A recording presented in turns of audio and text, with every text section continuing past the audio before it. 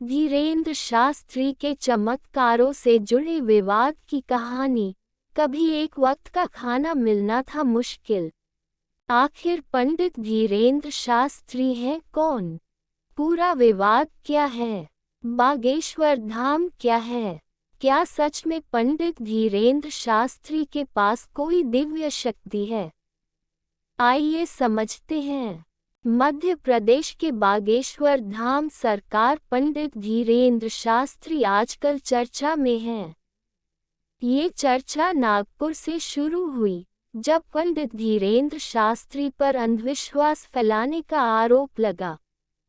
अंधश्रद्धा निर्मूलन समिति ने कहा कि जब बागेश्वर धाम सरकार को चमत्कार साबित करने के लिए चुनौती दी गई है तो कथा बीच में ही छोड़कर वह चले गए। इसके बाद पंडित धीरेन्द्र शास्त्री का भी बयान आया। उन्होंने चुनौती देने वालों को रायपुर बुलाया, जहां अभी उनकी रामकथा चल रही थी। शुक्रवार को पंडित धीरेन्द्र शास्त्री ने कई मीडिया कर्मियों के सामने चमत्कार करने का दावा किया। एक नेशनल न्यूज चैनल के रिपोर्टर के चाचा का नाम लेकर मंच से बुलाया। अब ये वीडियो भी तेजी से वायरल हो रहा है। पंडित धीरेन्द्र शास्त्री के भक्त इसे चमत्कार मानते हैं।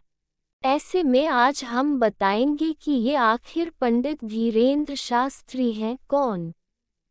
पूरा विवाद क्या है? बागेश्वर धाम क्या है? क्या सच में पंडित धीरेन्द्र शास्त्री के पास कोई दिव्य शक्ति है? आइए समझते हैं। विवाद क्या है?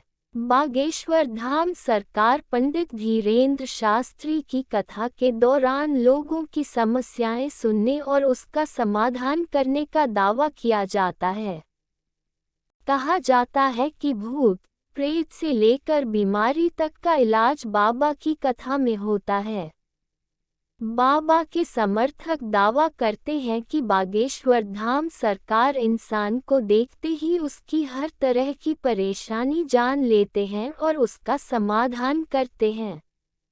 वहीं बागेश्वर धाम सरकार का कहना है कि वह लोगों की अर्जियां भगवान बालाजी हनुमान तक पहुंचाने का जरिया मात्र हैं, जिन्हें भगवान सुनकर समाधान देते हैं।